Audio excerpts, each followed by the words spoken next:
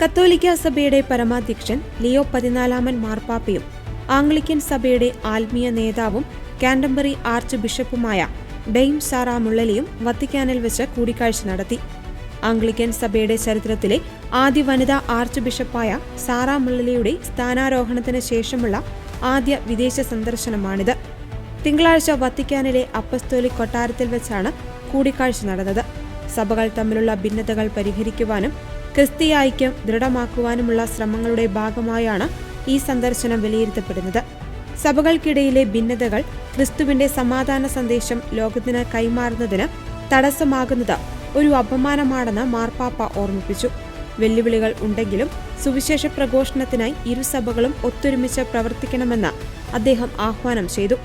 ലോകത്തിലെ അനീതികൾക്കെതിരെയും യുദ്ധങ്ങൾക്കെതിരെയും മാർപ്പാപ്പ നടത്തുന്ന ഇടപെടലുകളെ സാറാ മുള്ളലി അഭിനന്ദിച്ചു. പ്രത്യാശയുടെ സന്ദേശം ലോകത്തിന് നൽകുവാൻ നമുക്ക് സാധിക്കണമെന്ന് അവർ പറഞ്ഞു.